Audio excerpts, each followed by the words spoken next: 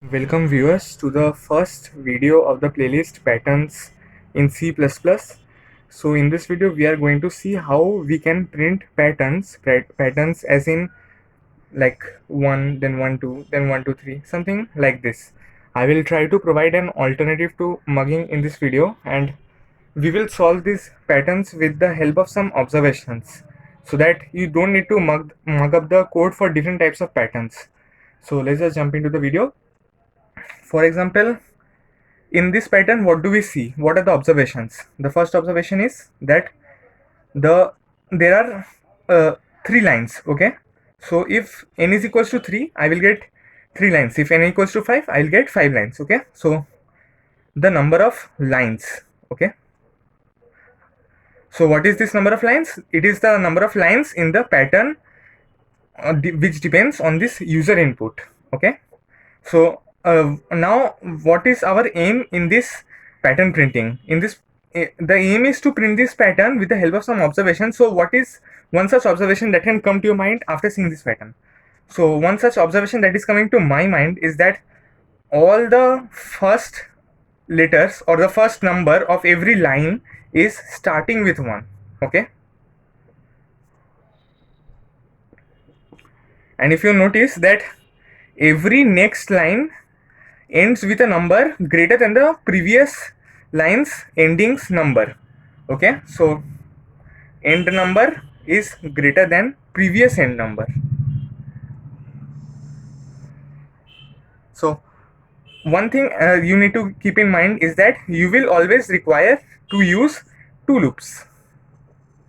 Means you will always solve this pattern with the help of two loops. Okay, so now let's see how we can build the loops based on these observations.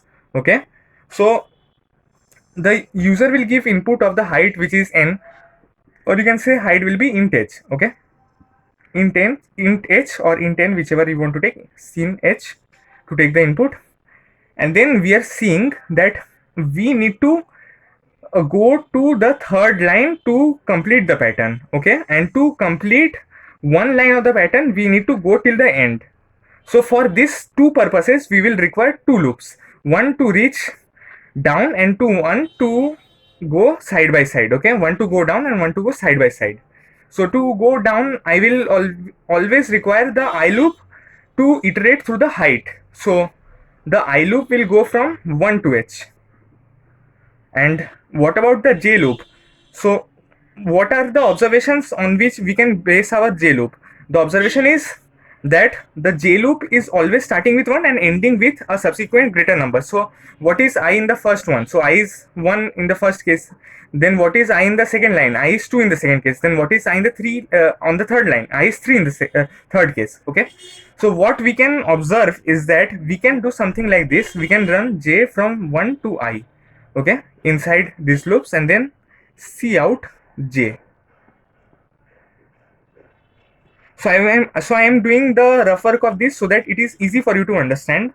So I is at the first one, and let's say n is 3, and we are incrementing this by 1 also, both I and j. So you need to keep in mind that since we are always getting consecutive numbers in each line, okay, so we will always increment by 1. The things that you need to keep in mind is that from where to where the two loops will run and what will be the increment, or how much will be the increment rather. Okay, so let's see the dry run of this code. If n is equals to 3 and I is equals to 1, and then j is inside this I loop, so it will start with j equals to 1. Okay, so this will be j equals to 1 to I, as I had explained. So what is j? 1, and then 1 to I, so it will go from 1 to 1 only. So this will be the only case, and then see out j. Okay, and if we see out j, what will be the first output? 1. And outside this j loop, don't forget to write something like this: see out endl. Okay, so that whatever we have printed with the help of this j loop in one line, this j loop is used to print one line. And what is this I loop used for? I loop is used for going from top to bottom. Okay, and after that, what is I? I is 2, and what is j? Again 1. So what will be the output? See out j. And then j is running from 1 to I, which means from 1 to 2, so j will increment to 2 before coming out. So again we will print 2, and then after coming out we encounter endl, so we move the cursor to here. And what is the I over here? I is 3 now because it is incrementing by 1. And now what will be the j? Since I is 3, now the j will be 1 first, and then 1 will be printed, j will be 2, then 2 will be printed, and then j will be 3, and then 3 will be printed. So in this way I hope you can understand that we can print this pattern. So let's see just another pattern. We are given something like this: 5 4 3 2 1 4 3 2 1 3 2 1 2 1 and 1. So what are the observations we are seeing? We are seeing that if n is 5, then this will be the output. Okay, so once again what we will do with the I loop, which goes from top to bottom, we will iterate the I loop by incrementing by 1, because every number is just consecutive, if you notice, huh? And now let's see what are the observations we can make. We can make one observation is that it is ending with 1 every line. Okay, so every line ends with 1. And there are how many lines? Lines is equals to height, which means what? We will run the loop of I from either 5 to 1 or 1 to 5, because both the times the loop will run for 5 times, and we are moving from top to bottom, and for moving from top to bottom we require the I loop to run for 5 times. So now let's see what are the other observations. Starting number is always greater than the next starting number. Okay, next starting number.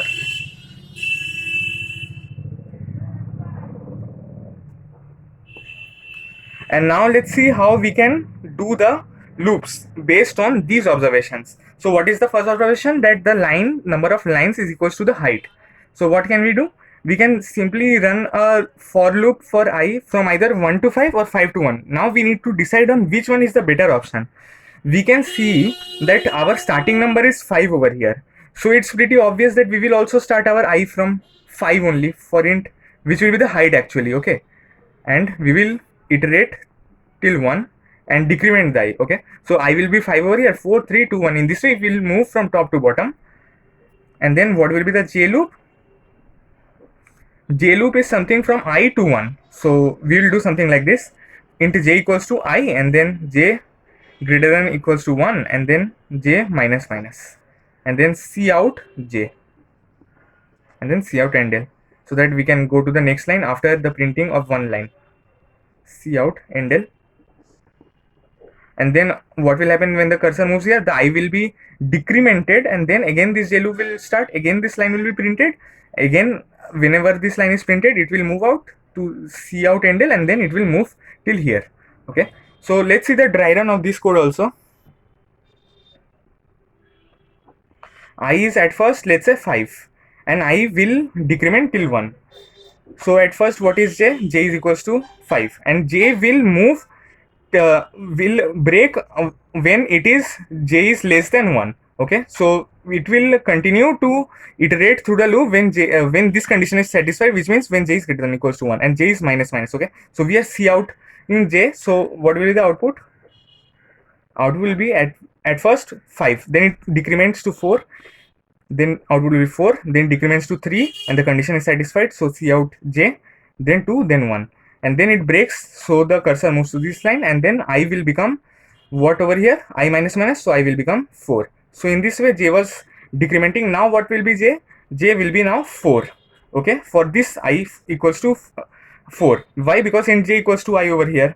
So in this way j will be minus minus in every iteration. So I hope you can understand that j loop is used to print one line, and I is used to iterate from the top to the bottom. Similarly for 3 also 3 to 1, for 2 also 2 1, for 1 also 1. So in this way we have done 2 pattern printing programs. So what is the first thing that you need to do? First thing is that you need to take some observations, and based on those observations you need to run your loop. And if you can't understand how the loop is running, just do the dry run of the code and take the output. In that way you will be able to do the pattern printing in just any language. Thanks for watching.